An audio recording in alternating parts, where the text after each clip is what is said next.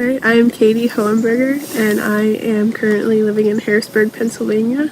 And right now I am working for a government program for a year service.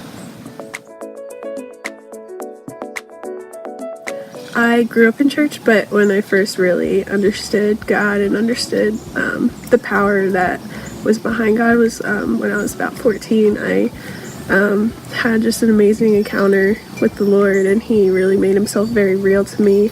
And people were there to just like speak into my life, and I really understood like, wow, God really loves me, and He wants me to know how much I am loved by Him, and that I can show that love to others.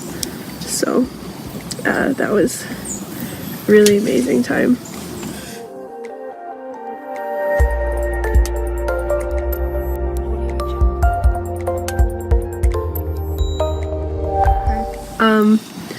Yeah, so I experienced the love of God so powerfully. I like felt it, and that's when my journey began of me realizing that I'm a feeler. And the way I feel God is, I just like, it's not like a heaviness, but I feel a presence surrounding me, and that's when I know that the Lord is there. And a lot of those times when I'm feeling that, I receive like words either for myself or for other people, and then I just feel like this desire to want to go share that with other people. And so when that happens, I know it's the Lord, and a lot of those times I see breakthrough in people's life. I see just the Holy Spirit moving so powerfully, especially when those times when I feel that sensation. So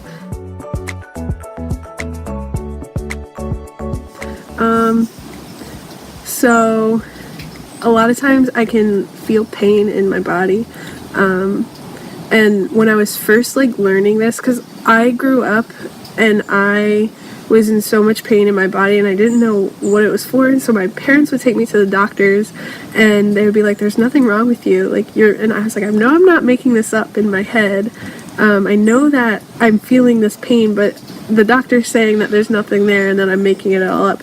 And so later in life when I realized, oh, like I'm a feeler and I can feel things and other people around me are feeling these things, that's when it got pretty cool, because I would start testing it out. So for example, I was at college one year, and there was this lady who was sitting in the back, and I was feeling a lot of pain in my ribs, and I'm like, I do not have pain in my ribs, so I know this is for somebody else. And she was highlighted to me, so I go and I sit down next to her, and I'm like, hey, like, this is gonna sound crazy, but do you have any pain in your ribs? And she just starts crying, and she opens up about a story how like she had met up with her father, who she didn't know very well, and he had like beaten her, and so she broken a couple ribs, and so we prayed for her that night, and she had gotten like completely healed from all the rib pain. And so ever since then, every time I feel something, I know that the Lord is trying to tell me something, and that it's not always me, but it's words of knowledge for other people. So.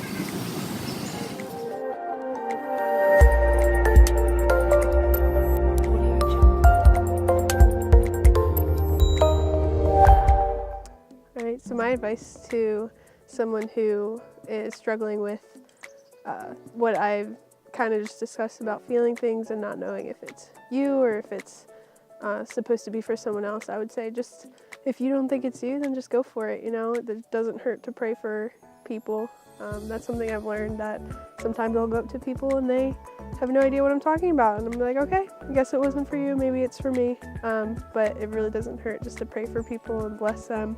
And God sees your faith and your boldness in stepping out, and He will bless that. So yeah, that would be my advice. My favorite scripture is Psalms 27:3. It's though a mighty army surrounds you, I will not be afraid. Even if I'm attacked, I will remain confident. And that verse stuck with me in a hard time that I was going through, and I just felt like the world was against me, and I felt like I was just so overwhelmed with the pressures of the world and just everything. The Lord has been my rock through my whole life, and though it felt like the world was just kind of so much pressure and the world was caving in on me, I knew that I could be confident in the Lord, that He'd pull through, no matter my circumstance.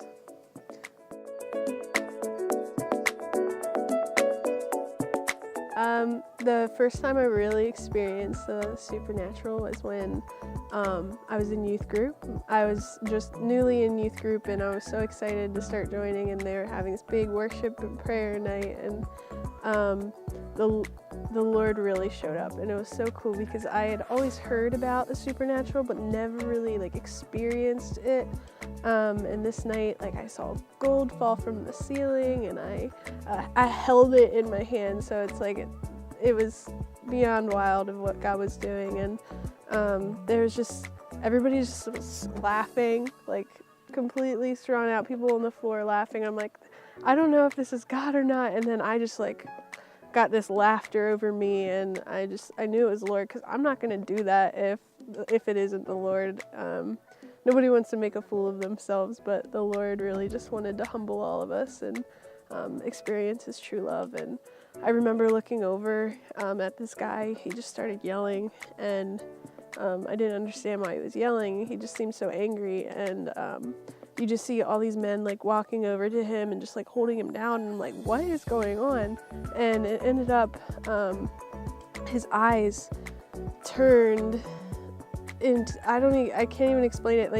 They turned back into his head in a sense, and then you just hear all these people praying over him, telling him that he has to be released. And I just remember thinking, what is he being released from? I'm so confused.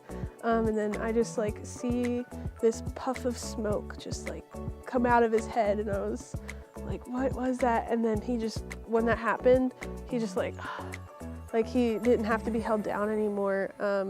And the guys just started praising Jesus, and people started worshiping. And so that was the first time I saw a deliverance happen. And when the youth pastor afterwards, he just kind of explained what was going on. He explained what had happened, and that really sparked my curiosity for the supernatural. And so at first I didn't know what to think, but I think it's really important that you have that people to speak into your life of what's going on, so you're not sitting there confused and wondering what is going on, but really if you experience that, try to seek out what the truth is, because a lot of times the truth can be confused. And so reading the Word and understanding what the will of the Lord is will really help you figure that out. So that was one of my first experiences, which was a lot. It was a lot of experiences in one night. You got gold, you got demons, you got supernatural laughter, getting drunk in the Spirit. And so the Lord is powerful, and He healed a lot of people that night. And so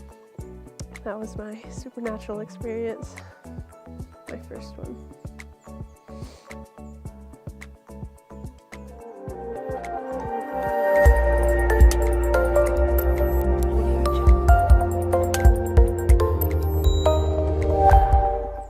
Okay, my advice to someone who has experienced something like this and is kind of feeling uneasy, or they don't necessarily want to believe it, I would say just really seek out the truth. I can't stress enough, the word of the Lord will really just make it very clear to you. So just dive into the Word, dive into His truth, and if you're unsure, just ask God to reveal that to you, and be willing with an open heart and an open mind to receive what the Lord has to say, even if it's not what you think you want to hear. But I know that, especially during my college years, I really struggled with what's the truth and what's of you, what's not of you, Lord. And so I was bouncing from different churches who did believe more of the supernatural. And so I really was asking the Lord, I'm like, okay, I'm seeing a lot of things I don't think is you. And a lot of the times I was right in that. And it's all about discernment. It could be a gift of discernment that you have, that you just need to steward and really ask and seek and press into the Lord and see what He wants to use in that. So there's nothing wrong with being hesitant. I think it says in the Word to ask questions and make sure it's really the Lord that's doing things. So there's nothing wrong with asking questions. It's just having a willing heart to hear what you might think is not true.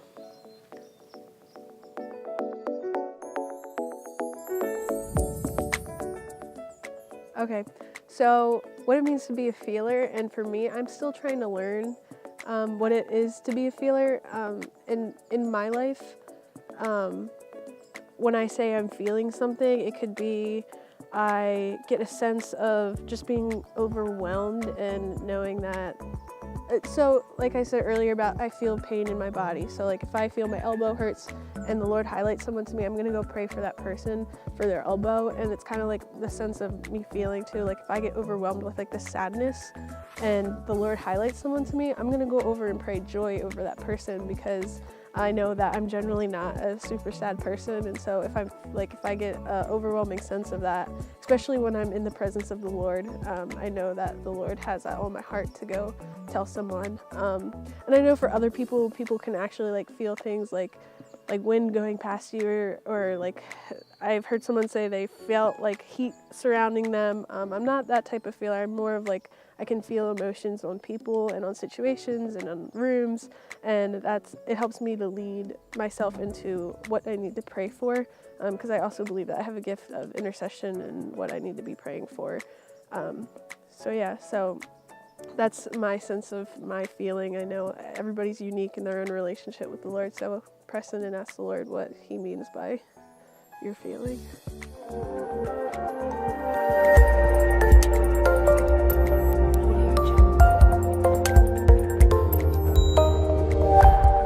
Okay, so growing in a gift, it's like the Lord gives you something, and you can either receive it or you don't receive it. And so when the Lord gave me the gifting of feeling or gifting of intercession, I can either receive it or not receive it. And I've decided to receive the gifts that God has given me. So it's really about stewarding those gifts as well. So researching what your gifting is about. So like something I'm doing recently is I've been getting books on intercession, because that's something I'm very new at trying to understand. And so I've been reading books. I've been really diving into the Word to see what the Word has to say about intercession. I think that's the most important, is to understand how God sees it.